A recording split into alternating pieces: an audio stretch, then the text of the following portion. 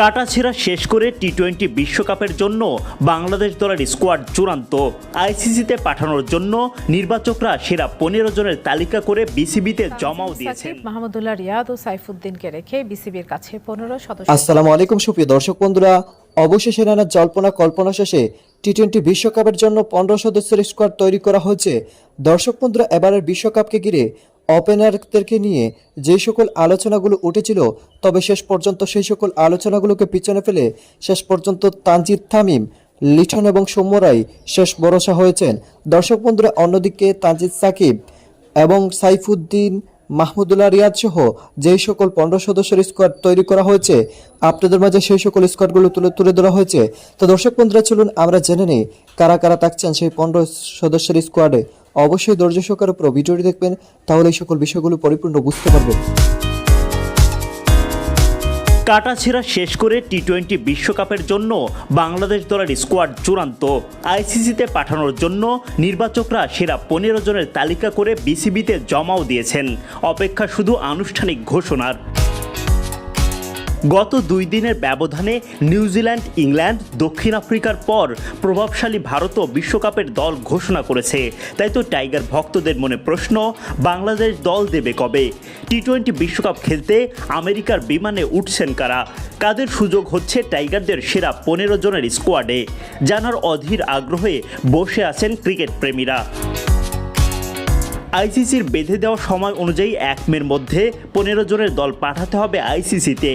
তবে কোনো শর্ত ছাড়াই সেই দলে পরিবর্তন আনা যাবে 24 মে পর্যন্ত। কেউ চোটে পড়লে তো বটেই, পারফরমেন্স বা অন্য কোনো কারণেও দলে পরিবর্তন করা যাবে।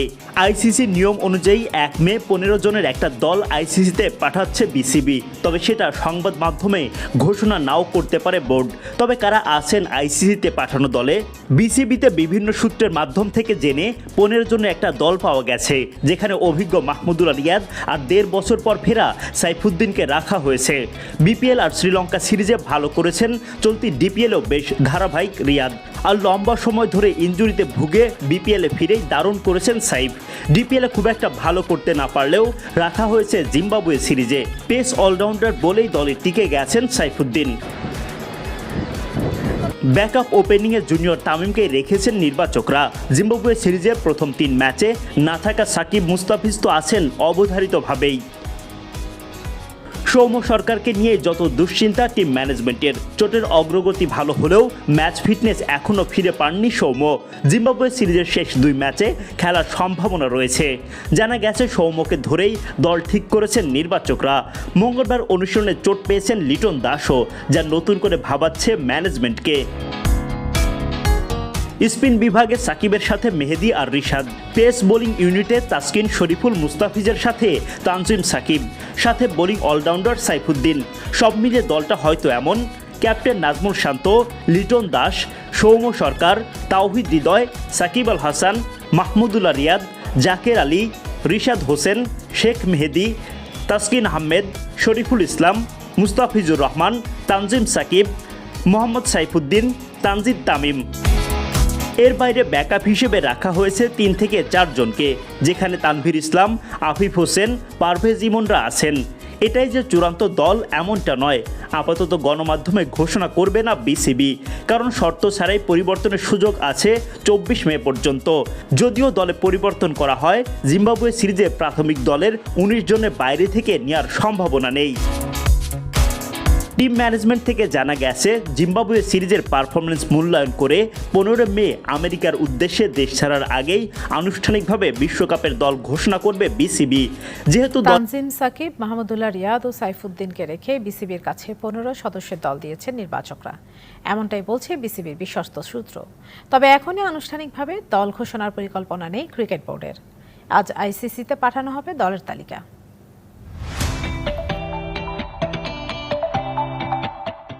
টি-20 বিশ্বকাপে এবার বাংলাদেশের দলটা একরকম অনুমিতই ছিল। 15 নম্বর সদস্য কে হবেন সেটি নিয়েই ছিল কিছুটা জল্পনা কল্পনা। এই জায়গার জন্য লড়াইয়ে ছিলেন 4 ক্রিকেটার: তানজিম সাকিব, পারভেজ ইমন, আফিফ হোসেন ও তানভীর ইসলাম। স্কোয়াডে একজন মিডল অর্ডার বেশি নেওয়া হবে নাকি বাড়তি পেসার, সেটি নিয়েই চুলছেরা বিশ্লেষণ হয়েছে টিম ম্যানেজমেন্ট ও নির্বাচকদের মধ্যে। বিসিবি সূত্রের খবর, এই জায়গায় বাকি 3 জনকে পেছনে ফেলেছেন তানজিম সাকিব। বিশ্বকাপের জন্য 15 সদস্যের প্রাথমিক স্কোয়াডে আছেন মোহাম্মদ সাইফুদ্দিন। তার ইনজুরি প্রবণতা নিয়ে কিছুটা চিন্তা থাকলেও তাকে স্কোয়াডে রেখেই পরিকল্পনা সাজাচ্ছে টিম ম্যানেজমেন্ট। এছাড়াও গত বিশ্বকাপে দলে জায়গা পাওয়ার দোলাচলে থাকা মাহমুদুল্লাহ রিয়াদ আছেন স্কোয়াডে। ওপেনিংয়ে লিটন কুমার দাসের সাথে আস্থা রাখা হয়েছে ইনজুরি থেকে সেরে ওঠার পথে থাকা সৌম্য সরকারের উপর। বাড়তি ওপেনার হিসেবে স্কোয়াডে আছেন তানজিদ তামিম। উপরের দিকে অধিনায়ক নাজমুল শান্তর সাথে আছেন তাওহিদ হৃদয় ও অভিজ্ঞ সাকিব আল হাসান। মিডল অর্ডারে মাহমুদুল্লাহ ছাড়া আছেন জাকির আলী। দুই স্পিনার রিশাদ হোসেন আর শেখ মাহাদিকে রাখা হয়েছে স্কোয়াডে। স্কোয়াডে 3 পেসার তাসকিন আহমেদ, শরীফুল ইসলাম ও মুস্তাফিজুর রহমান। তবে এই দলই যে বিশ্বকাপের চূড়ান্ত দল সেটি কিন্তু নয়।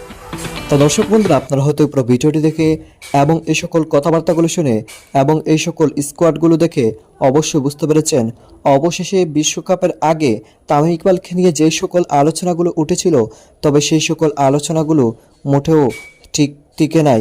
তো দর্শক বন্ধুরা, তবে শেষ পর্যন্ত তানজিদ তামিম, লিটন, সৌম্যরাই ওপেনিংয়ের ভরসা। তো দর্শক বন্ধুরা, আপনারা এই পুরো ভিডিওটি দেখে এবং এই সকল আলোচনাগুলো শুনে আপনাদের কাছে কী মনে হয়েছে? তবে কি এটাই বেস্ট স্কোয়াড হতে পারবে? অবশ্যই কমেন্ট করে জানিয়ে দিবেন। তো দর্শক বন্ধুরা, ভালো থাকুন।